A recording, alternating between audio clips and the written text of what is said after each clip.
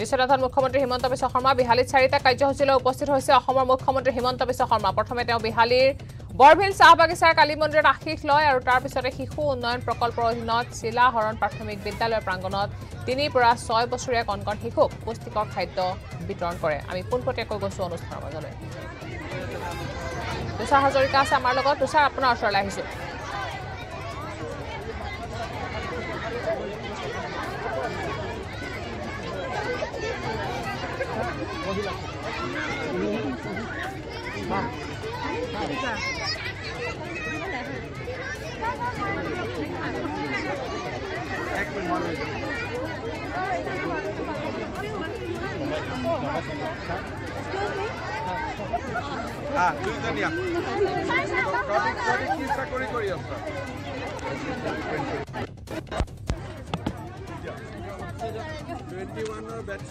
DC অফিসত খালি posting আছে না ওকে ম্যাম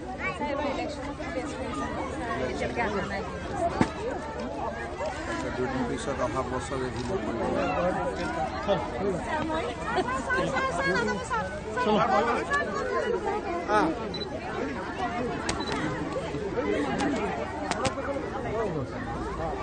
हामी 100 টো লগত সোমাই আহিম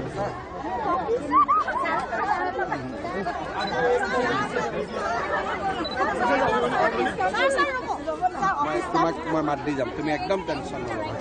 অকণমান পিছুৱাই দিওঁ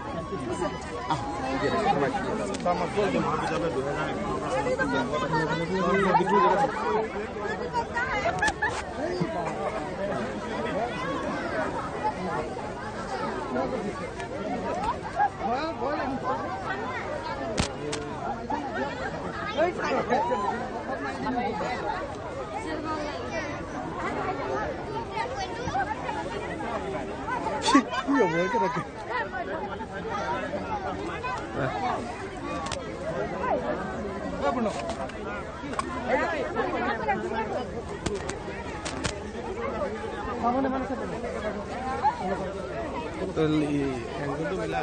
लाइव जाने के एंगल तो मिलेगा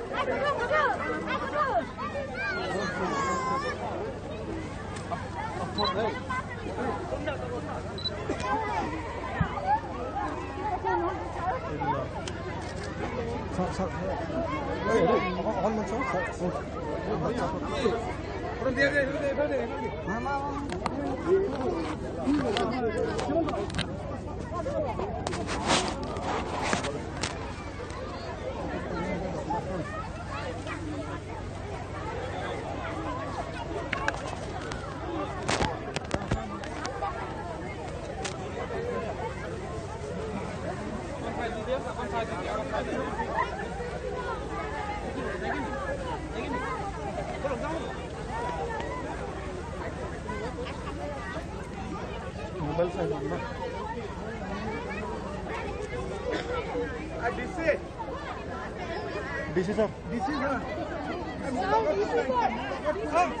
सर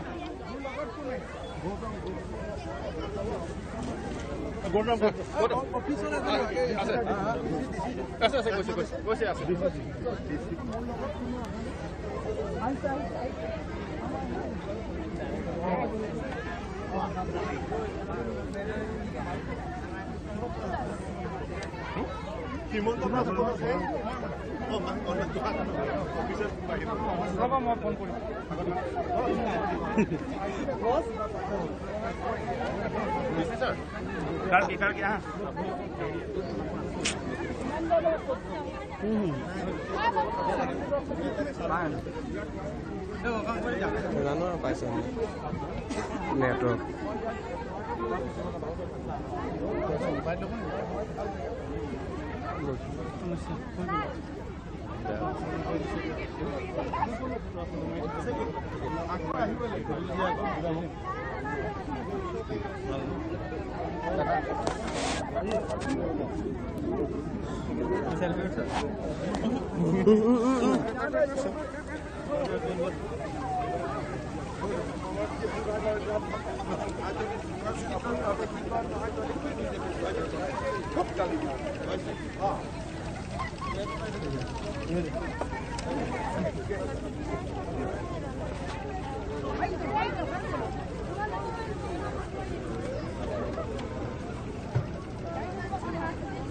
হ'ব দে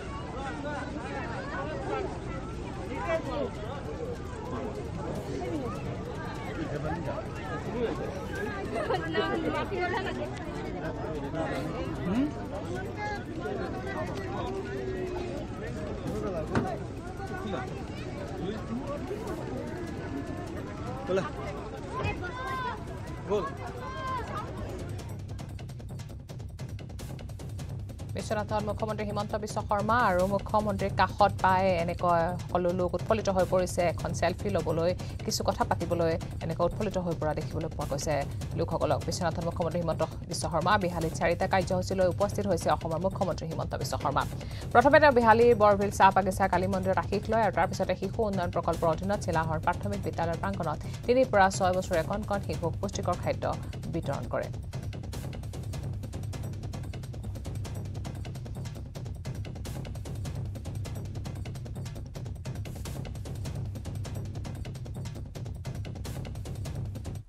নাহৰকটীয়াত অন্ধবিশ্বাসৰ গ্ৰাসত পৰি এটা পৰিয়ালে সংঘটিত কৰিছে জঘন্য কাণ্ড দুগৰাকী যুৱতীসহ এগৰাকী কিশোৰীক নৰ বলি দিবলৈ চলোৱা হৈছে পূজা পাতল নাহৰকটীয়াৰ চাচনিৰ 2 নং টেংৰাই গাঁৱত সংঘটিত হৈছে জঘন্য ঘটনাটো পূজা পাতলৰ নামত জনৈক হাজৰিকা নামৰ এটি পৰিয়ালে 3 গৰাকীকৈ মহিলাক নৰ বলি দিবলৈ চেষ্টা চলাওঁতে গাঁওবাসীয়ে হাতেলোতে আটক কৰি সমজাই দিয়ে আৰক্ষীক গাঁওবাসীৰ অভিযোগ মাতৃ আৰু 3 পুত্ৰসহ এই পৰিয়ালটোৱে কিছুদিন ধৰি ঘৰতে পূজা পাতল কৰি কলা যাদু কৰি গাঁওবাসীৰ মাজত এক আতংকময় পৰিৱেশৰ সৃষ্টি কৰি আহিছিল আৰু এই কলা যাদুৰ প্ৰভাৱ এই 3 মহিলাৰ ওপৰত পৰাৰ কথা কৈ বলি দিবলৈ লৈছিল পৰিয়ালটোৱে গাঁওখনৰ 2 গৰাকী যুৱতী আৰু এগৰাকী কিশোৰীক ঘৰতে অচেতন কৰি নৰ বলি দিয়াৰ উদ্দেশ্যৰে পূজা পাতল চলাই আহিছিল অভিযুক্ত পৰিয়ালটোৱে হাত ভৰি বন্ধা অৱস্থাত উদ্ধাৰ হোৱা যুৱতীগৰাকীক কিছুদিনৰ ভিতৰত বলি দিয়াৰ কথা আছিল বুলি ব্যক্ত কৰে স্থানীয় লোকে আন 2 গৰাকী মহিলাক দুৰ্গা পূজাৰ দশমীত বলি দিবলৈ অচেতন কৰি ৰখা হৈছিল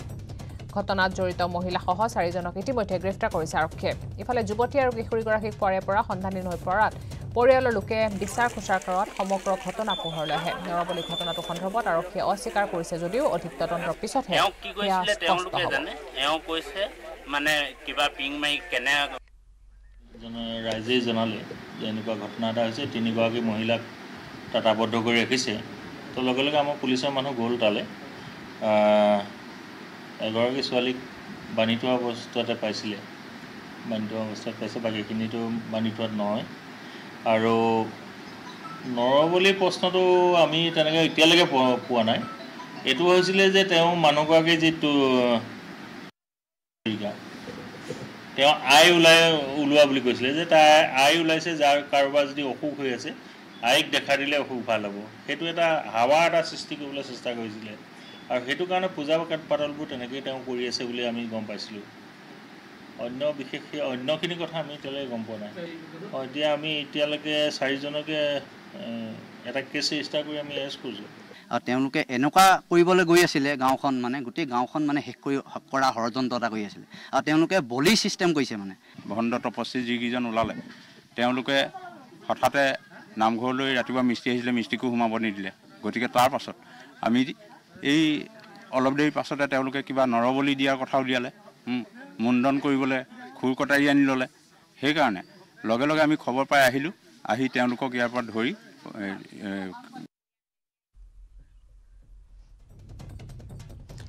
আমি পোনপটীয়াকৈ গৈছোঁ আমাৰ সাংবাদিক উৎপল চলিহাৰ ওচৰলৈ উৎপল আপোনাৰ ওচৰলৈ আহিছোঁ আৰু দেখা পোৱা গৈছে যে অন্ধবিশ্বাসৰ দৰে ঘটনা সংঘটিত হৈছে বলিৰ কাৰণে তেওঁলোকে প্ৰস্তুতি চলাই আছিল এটা পৰিয়ালে যদিও আৰক্ষী এই সন্দৰ্ভত না কৰিছে তথাপিতো অচেতন কৰি থোৱা হৈছিলে 3 গৰাকী মহিলাক উদ্ধাৰ কৰা হৈছে ওচৰ চুবুৰীয়াও উদ্ধাৰ কৰিছে গতিকে ঘটনা সন্দৰ্ভত জানিব বিচাৰিম সেই মহিলাগৰাকী 3 গৰাকী যি 3 গৰাকীক অচেতন অৱস্থাত পোৱা গৈছে সেই পৰিয়ালটোৰ সৈতে কি সম্পৰ্ক আছিল হয় এটা কথা ক'ব লাগিব কালি যিটো ঘটনা সংঘটিত হৈছিলে চাচনি যি 2 নং যি টিংৰাই গাঁৱত যি ঘটনা সংঘটিত হৈছিলে সেই ঘটনাক লৈ এতিয়া চেপা উত্তেজনা সৃষ্টি হৈছে সমগ্ৰ নাহৰকটীয়া অঞ্চলটোতে আৰু এটা কথা ক'ব লাগিব যি অন্ধবিশ্বাসৰ চৰম সীমাত আচলতে উপনীত হৈছিল যি টিংৰাই গাঁৱৰ যি পৰিয়াল হাজৰিকা নামৰ যিটো পৰিয়াল আছে তেওঁলোকে এটা কথা ক'ব লাগিব তেওঁলোকৰ যি ভাদমহীয়া যি তেওঁলোকৰ নাম আছিল নামত তেওঁলোকে মহিলাগৰাকী উপস্থিত হৈছিল আৰু উপস্থিত হোৱাৰ পিছতে এই মহিলাগৰাকীয়ে তেওঁ পুত্ৰ গাত দেউ লগা বুলি তেওঁলোকে কৈছিল আৰু পুত্ৰৰ নিৰ্দেশ মতে গাঁৱৰ সমস্ত কাম কাজ চলিব লাগিব বুলি তেওঁ এক প্ৰকাৰ নিৰ্দেশ দিছিল মাতৃ টুলুমণি হাজৰিকাই। ইয়াৰ পিছতে গাঁওবাসীয়ে কথাটো আচলতে সহজভাৱে ল'ব পৰা নাছিল, কিন্তু যোৱাকালি অৰ্থাৎ মঙলবাৰে সেই গাঁওখনে টিংৰাই গাঁওখনৰে তিনিজনীকৈ ছোৱালী পুৱাৰে পৰা আচলতে নিৰুদ্দেশ হৈ আছিল আৰু নিৰুদ্দেশ হৈ থকাৰ পাছতে সেই পৰিয়ালটোৰ ওপৰত আচলতে সন্দেহ উপজিছিলে গাঁওবাসী আৰু সন্দেহ উপজাৰ লগে লগে তেওঁলোকে সেই বাসগৃহত উপস্থিত হৈছিল, টুটুমণি হাজৰিকা ঘৰত উপস্থিত হৈছিল আৰু তাৰ পিছতে তাত এগৰাকী কিশোৰী আচলতে 13 বছৰীয়া এগৰাকী কিশোৰী হাত ভৰি বান্ধি থকা অৱস্থাত আচলতে উদ্ধাৰ কৰিছিল আৰু লগে লগে তাত এক উত্তপ্ত পৰিস্থিতিৰ সৃষ্টি হৈছিল। উত্তপ্ত পৰিস্থিতিৰ সৃষ্টি হোৱাৰ লগে লগে তাত চাচনি আৰক্ষী থানা বিষয়াসকল উপস্থিত হৈছিল আৰু তাৰ পৰা দুগৰাকীকৈ যুৱতী তেওঁলোকে অচেতন অৱস্থাত উদ্ধাৰ কৰিছিল আৰু তাৰ পিছৰ পৰাই যুৱতীগৰাকী যি উদ্ধাৰকৃত যি যুৱতী আছিল তেওঁলোকে বাৰম্বাৰ কৈছিল যে বাইদেউ টুটুমণিয়ে আমাৰ লগত বৰ বেয়া কাম কৰিলে আৰু তেনেধৰণৰ কথা কৈছিল আৰু পূজা পাতল কৰিছিল আৰু তেওঁলোকক নৰবলি দিবলৈ আচলতে বিচৰা হৈছিল। যি আমাৰ স্থানীয় ৰাইজে যিমতে আমাক জানিব দিছে তেওঁলোকৰ মতে নৰবলি দিয়া যুঁজা চলোৱা হৈছিল। এগৰাকী যুৱতীক অৰ্থাৎ কালি নৰবলি দিয়া হ'লহেঁতেন আৰু বাকী যিগৰাকী যুৱতী আছিল সেই তেওঁলোকক যি আহিবলগীয়া দুৰ্গা পূজাৰ দশমী দিনাখন বলি দিয়াৰ কথা আছিল আৰু সমগ্ৰ ঘটনা গাঁওবাসীয়ে গম পাই অৱগত হৈ আৰু তেওঁলোকে আৰক্ষী সহযোগত উদ্ধাৰ কৰি আনে আৰু ইতিমধ্যে যি অভিযুক্ত 4গৰাকী অভিযুক্তক ইতিমধ্যে নাহৰকটীয়া আৰক্ষীয়ে মাৰথান জিলা অব্যাহত ৰাখিছে আৰু তেওঁলোকক খন্তেক সময়ৰ পিছতে যি ডিব্ৰুগড় জিলা কাৰাগাৰ আছে ডিব্ৰুগড় জিলা কাৰাগাৰ প্ৰেৰণ কৰিব। আৰু আপুনি এটা কথা সুধিছিলে তেওঁলোকৰ সম্পৰ্ক কি, আচলতে তেওঁলোকৰ সম্পৰ্ক কোনো নহয়, তেওঁ ওচৰ গাঁৱৰ যিসকল গাঁৱৰ আচলতে চুবুৰীয়া আচলতে বুলি ক'ব লাগিব। হয়, ওচৰ চুবুৰীয়া আছিলে, কিন্তু কেনেকৈ তেওঁৰ পাক চক্ৰত পৰিলে বা কেনেকৈ সেই ঘটনাটো সংঘটিত হ'ব পালে, কিবা অচেতন কেনেকৈ কৰিছিলে সেই ঘটনা সন্দৰ্ভত এতিয়া মহিলাগৰাকীয়ে কৈছে নেকি যিগৰাকীক উদ্ধাৰ কৰিছে? হয়, এটা কথা ক'ব লাগিব, মহিলাগৰাকী যিহেতু ওচৰ চুবুৰীয়া হয় তেওঁলোকৰ ঘৰলৈ প্ৰায় অহা যোৱা কৰে আৰু কিন্তু এতিয়ালৈকে তেওঁক কেনেদৰে তেওঁক চক্ৰান্ত কৰি তেওঁক অচেতন কৰিলে সেই বৰ্তমান এতিয়ালৈকে পৰিয়ালটোৱে মুখ খোলা নাই। আমিও আশা কৰিছোঁ যাতে আৰক্ষী আৰক্ষী তদন্ত চলাই আছে আৰক্ষী তদন্তত এই সমগ্ৰ ঘটনাটো পোহৰলৈ আহিব। প্ৰিয়ংকা, হয়, ধন্যবাদ জনাইছোঁ উৎপল।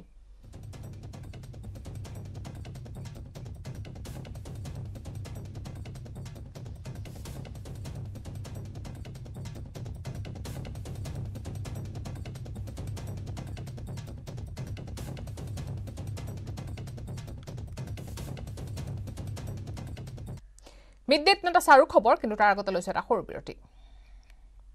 ৰাইজিং স্পৰ্টছ শ্বাইনিং নৰ্থ ইষ্ট নিউজ 18 যিটো পদক্ষেপ আজি লৈছে প্ৰগ্ৰেমটোৰ কাৰণে তাৰ বাবে সুন্দৰ পদক্ষেপ এটা লৈছে আৰু তাৰ বাবে আমি উইচ কৰিছোঁ all the best News 18। Maithan steel ইমান ষ্ট্ৰং যে 20% কমকৈ লাগে। ষ্ট্ৰং আৰু বুদ্ধিয় মাইথান নিৰ্মাণৰ মানদণ্ড।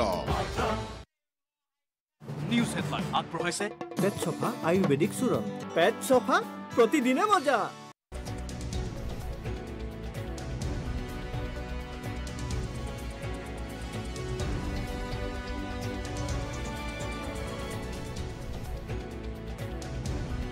নিউজ হেডলাইন আগবঢ়াইছে পেট চফা আয়ুৰ্বেদিক চূৰণ। পেট চফা প্ৰতিদিনে মজা।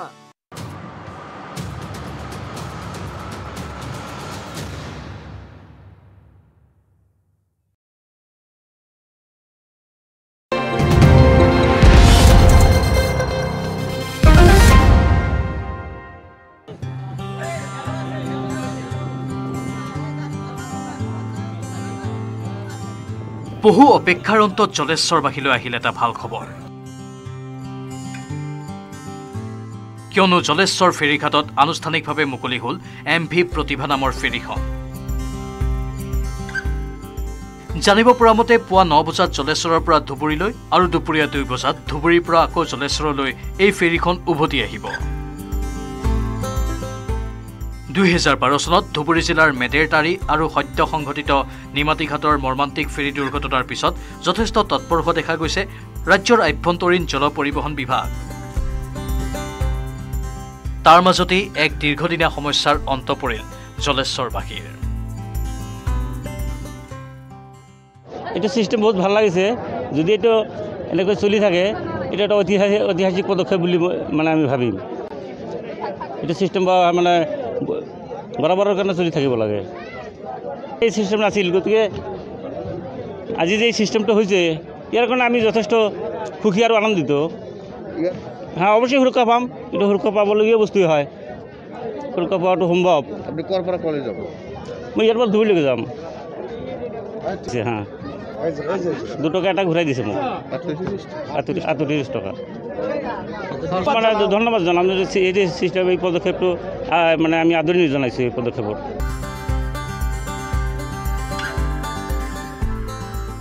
গোৱালপাৰাৰ পৰা Rinku Das, news 18 Assam north east.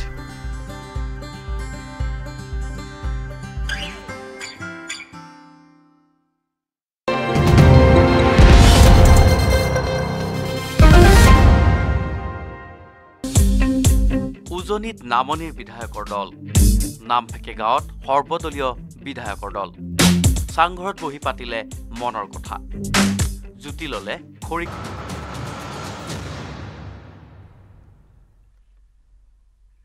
অৱশেষত কাগজ কল কৰ্মচাৰীলৈ আহিল ভাল খবৰ। মাজনিশালৈ হোৱা কাগজ কল কৰ্মচাৰী আৰু মুখ্যমন্ত্ৰীৰ মাজৰ আলোচনাত কেইবাটাও মূল বিষয় দুয়োটা পক্ষৰ মাজত সহমতত উপনীত হয়। দুয়োটা কাগজ কলৰ সম্পত্তি অসম চৰকাৰৰ হাতত থাকিব। 2 মাহৰ ভিতৰত কৰ্মচাৰীক 570 কোটি টকা দিয়া হ'ব। অৱশ্যে ইয়াৰ কাৰণে NCLTৰ অনুমোদন ল'ব লাগিব, যিটো চৰকাৰে ল'ব। 100জন কৰ্মচাৰীক স্থায়ীভাৱে সংস্থাপন কৰা হ'ব। চিকিৎসক, পেৰামেডিকেল কৰ্মী, ANM সকলক চাকৰি দিয়া হ'ব। কোনোবা কৰ্মচাৰী বিচাৰধীনে গোচৰে এতিয়া অনুদানত প্ৰভাৱ নেপেলাব। ধন নোপোৱালৈ তেওঁলোকে কাগজ কলৰ বাসগৃহতে থাকিব পাৰিব। মাননীয় মুখ্যমন্ত্ৰী ডক্টৰ হিমন্ত বিশ্ব শৰ্মা ডাঙৰীয়াই যিখিনি পদক্ষেপ লৈ আগবাঢ়ি আমাৰ এই এগ্ৰিমেণ্টটো কৰিলে, তেখেতে আমি অশেষ ধন্যবাদ দিছোঁ। কাৰণ তেখেতে মুখ্যমন্ত্ৰী হোৱা দিনৰে পৰা পেপাৰ মিলৰ বিষয়টোলৈ তেওঁ মানে যত্ন কৰি আছিলে, আৰু এনেকুৱা এটা অৱস্থাত এটা আমাক উদ্ধাৰ কৰিছে, এটা ৰেস্কিউ কৰিছে। গতিকে যি সময়ত আমাৰ 95জন আমাৰ শ্ৰমিক ইতিমধ্যে আমাৰ মৃত্যু হৈছে, তাই 3জন আত্মহত্যা কৰিব লগা হৈছিলে। আমাৰ অৱস্থা একেবাৰে মানে খুব পানীত হাঁহ নচৰা অৱস্থা হৈছিলে। গতিকে এনেকুৱা অৱস্থাত তেখেতে আমাক যিটো সহানুভূতি দেখুৱালে, যিটো পদক্ষেপ লৈ ইমান সোনকালে আজি চৰকাৰত তেওঁ মুখ্যমন্ত্ৰী মানে দায়িত্ব লোৱাৰ পিছত ইমান সোনকালে যে তেওঁ আজি সমাধানটো কৰিলে, আমি জাগ্ৰত তথা আমি সকলো ইউনিয়ন আৰু আমাৰ এছ'চিয়েশ্যন আমি তেখেতক আমি ধন্যবাদ জনাইছোঁ। কিমান কোটি টকা হৈছে?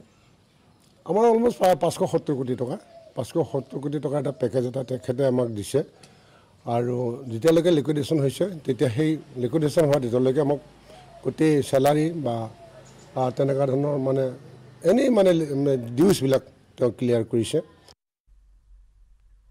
ভাৰতত অব্যাহত আছে টীকাকৰণ অভিযান। টীকাকৰণত যাতে কোনো বাধা নাহে আৰু ইয়াৰ গতি যাতে অধিক বৃদ্ধি কৰিব পাৰি, তাৰ বাবে ক্ষিপ্ৰগতিত দেশৰ বিভিন্ন প্ৰান্তত সজাগতা অভিযানো অব্যাহত আছে। চৰকাৰৰ সম্পূৰ্ণ লক্ষ্য এতিয়া অতি শীঘ্ৰে যাতে দেশৰ 100% লোকক ভেকচিন প্ৰদান কৰিব পৰা যায়, যাৰ বাবে চৰকাৰে প্ৰতিটো সম্ভৱ কাৰ্য সম্পাদনা কৰি গৈছে। টীকাকৰণ অভিযানত চৰকাৰে এতিয়া এই ব্যৱস্থা সন্নিৱিষ্ট কৰিব বিচাৰিছে যে যিসকল লোকে শাৰীৰিকভাৱে অক্ষম বা তেওঁলোকে টীকাকৰণ কেন্দ্ৰলৈ যাবলৈ অপৰাগ, তেওঁলোকক এতিয়াৰ পৰা ঘৰে ঘৰে গৈ টীকা প্ৰদান কৰা হ'ব।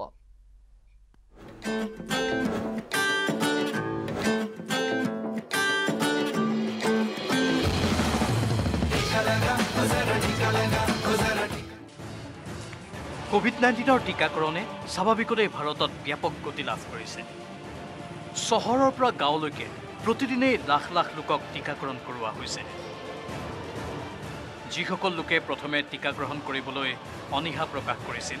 তেওঁলোকেও এতিয়া আনক টীকা ল'বলৈ অনুপ্ৰাণিত কৰিছে। চাৰিওদিশৰ পৰা চাবলৈ গ'লে টীকাকৰণক লৈ সকলোৰে এতিয়া মনৰ শংকা দূৰ হৈছে। কিন্তু ইমানখিনি সফলতা অৰ্জন কৰাৰ পাছতো দিব্যাংগ তথা বিশেষভাৱে সক্ষম লোকসকলক লৈ প্ৰত্যাহ্বান আঁতৰা নাছিল। কিন্তু অৱশেষত কেন্দ্ৰীয় চৰকাৰে ইয়াৰ স্থায়ী সমাধান সূত্ৰ বিচাৰি উলিয়ালে,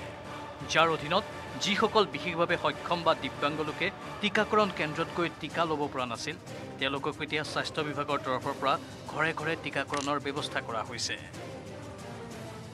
हमने SDM मैडम और कलेक्टर सर के निर्देशानुसार जो है उनको घर घर जा करके वैक्सीन लगाएंगे करके भी हमारा 7 दल बना हुआ है नगर पालिका में। ভাৰতবৰ্ষৰ দৰে এখন বৃহৎ জনসংখ্যাৰ দেশত টীকাকৰণ কৰোৱাটো সঁচাকৈ এক কঠিন কাম। কিন্তু কেন্দ্ৰীয় চৰকাৰে প্ৰবল ইচ্ছাশক্তি আৰু স্বাস্থ্য বিভাগৰ কৰ্মীসকলৰ যৎপৰোনাস্তি চেষ্টাৰ ফলত এই অসম্ভৱকো সম্ভৱ কৰি দেখুৱাইছে যাৰ বাবে আজি সমগ্ৰ দেশত 83 কোটিতকৈ অধিক লোকে টিকাকৰণ কৰাবলৈ সক্ষম হৈছে আৰু তাৰ মাজতে দিব্যাংগসকলৰ বাবে ঘৰে ঘৰে গৈ টিকাকৰণ কৰাৰ ব্যৱস্থাই এক নতুন দিগন্তৰ সূচনা কৰিছে इसमें आंगनबाड़ी कार्यकर्ता और एमएम नगर पालिका के कर्मचारी और शिक्षा विभाग के शिक्षक भी हैं देशत 100% टीकाकरणक অতি গুৰুত্ব সহকাৰে লৈছে কেন্দ্ৰীয় চৰকাৰে সেইবাবে সকলো প্ৰত্যাহ্বান নিউচিও চৰকাৰ আগবাঢ়ি গৈছে নিজৰ কামত ব্যুৰো ৰিপৰ্ট নিউজ 18 নেটৱৰ্ক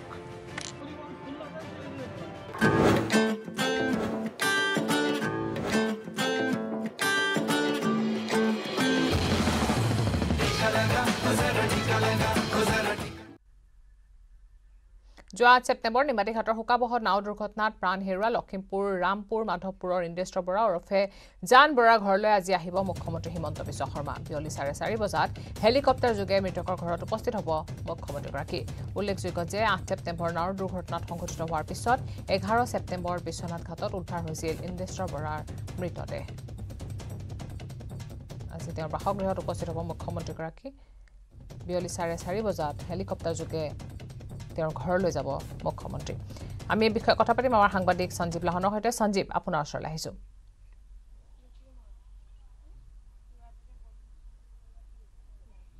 হয় প্ৰিয়ংকা সকলোৱে আশা কৰি আছিল যে আজি নিমাতীঘাটৰ হুকাবাহ দুৰ্ঘটনা হ'ল 8 তাৰিখে যোৱা 8 তাৰিখে তাৰ পিছত ৰাজ্যজুৰি তুলপাৰ লাগিছিল আৰু তাৰ পিছতে যিকেইজন তিনিজনকৈ লোকৰ মৃতদেহ উদ্ধাৰ হৈছিল আৰু তাৰে এজন আছিল লখিমপুৰ জিলাৰ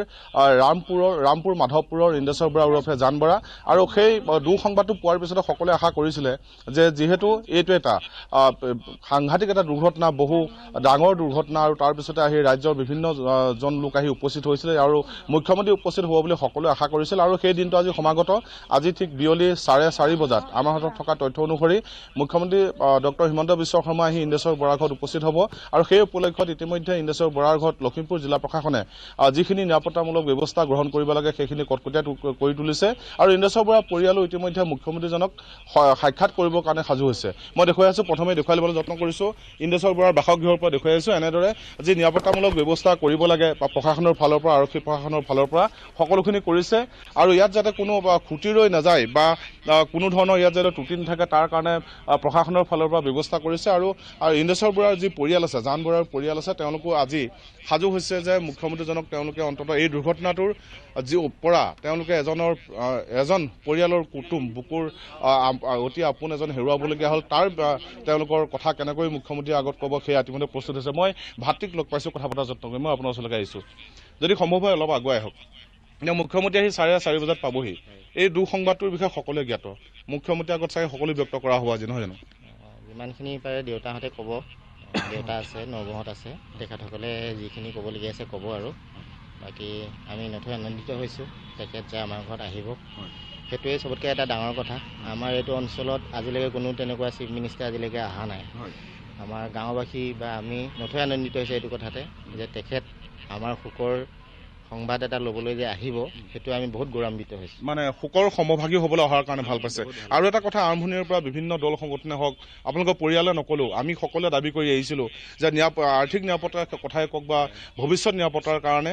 অসম চৰকাৰে কিবা এটা ব্যৱস্থা কৰিব লাগে সেই সম্পৰ্কও চাগে আপোনালোকৰ পৰিয়ালৰ তৰফৰ পৰা আজি ওচৰতে পাই কোৱা হ'ব নেকি সেইটো দেউতাহঁতে কি কয় আৰু দেউতাহঁতৰ লগত কথা মই তেনেকৈ হেৰি নকৰোঁ তথাপিতো ভাবি আছে তেখেতসকলে আৰু সেইটো দিয়াটোতো চবেই ভাবে কাৰণ এগৰাকী মহিলাৰ ভৱিষ্যতৰ কথা আছে তেখেতৰ আৰু দাদাই সকলোৱে চোৱা চিতা কৰিছিলে যেনেকৈ হওক আৰু তেখেতে 15 বছৰ চাকৰি কৰি বিনা বেতনৰ চাকৰি কৰি তেখেত গ'লগৈ গতিকে চৰকাৰক এতিয়াও অনুৰোধ কৰিছোঁ যাতে পৰিয়ালবৰ্গ আৰু নবৌক মানে ভৱিষ্যত এটা সংস্থাপন দিয়ে হয় প্ৰিয়ংকা ইয়াৰ পিছতে আমি পিতৃ আছে ইন্দ্ৰেশ্বৰ বৰাৰ জান বৰাৰ পিতৃ আছে মই কথা পতাৰ যত্ন কৰিম আৰু ভিতৰলৈ সোমাই যোৱাৰ যত্ন কৰিম মই সমগ্ৰ পৰিৱেশ দেখুৱাই আছো যে সঞ্জীৱ আমাক সমগ্ৰ দৃশ্য আপুনি দেখুৱাই আছে ধন্যবাদ জনাইছো কিছু সময় পিছতে মুখ্যমন্ত্ৰী উপস্থিত হ'ব যোৱা 8 সেপ্টেম্বৰ নিমাতীঘাটৰ হুকাবহত নাও দুৰ্ঘটনাত প্ৰাণ হেৰুৱা লখিমপুৰ ৰামপুৰৰ মাধৱপুৰৰ ইন্দ্ৰেশ্বৰ বৰা ওৰফে জান বৰাৰ ঘৰলৈ কিছু সময় পিছত 4:30 বজাত হেলিকপ্টাৰ যোগে মৃতকৰ খবৰ ল'বলৈ উপস্থিত হ'ব মুখ্যমন্ত্ৰীগৰাকী এই বিষয়ে আমাক সবিশেষ জনালে আমাৰ সাংবাদিক সঞ্জীৱ লাহনে ধন্যবাদ জনাইছো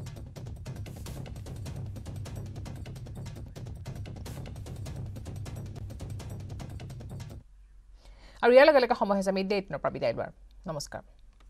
মাইথান ষ্টিল ইমান ষ্ট্ৰং যে 20% কমকৈ লাগে ষ্ট্ৰং আৰু বুদ্ধিয়ক মাইথান নিৰ্মাণৰ মানদণ্ড নিউজ হেডলাইন আগবঢ়াইছে পেট চফা আয়ুৰ্বেদিক চূৰণ পেট চফা প্ৰতিদিনে মজা